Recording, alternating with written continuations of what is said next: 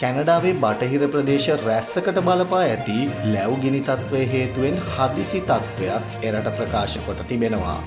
සස්කැචුවන් පළාතේ පාලනයකින් තොරව ලැව්ගිනි 14ක් ඇති වී ඇති අතර තවදුරටත් එය අනිත් ප්‍රදේශ කරාද ව්‍යාප්ත වෙමින් පවතින බවයි වාර්තා වන්නේ.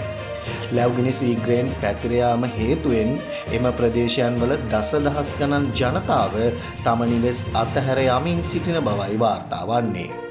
මෙම ලැව්ගිනි තත්ත්වය මෙතෙක් වාර්තා වූ දරුණුතම තත්ත්වයක් බවයි එරට ප්‍රාන්ත බලධාරීන් පෙන්වා දෙන්නේ. මීට දිනකට පෙර මැනිටෝබා පළාතේ පැතිර යන ලැව්ගිනි තත්ත්වය හේතුවෙන් එරට බලධාරීන් හදිසි තත්ත්වයක් ප්‍රකාශයට පත් කළ අතර එම ප්‍රදේශයන්හි නිවෙස් අතහැර ගිය පිරිස 17000කට ආසන්න බවයි වාර්තා වන්නේ.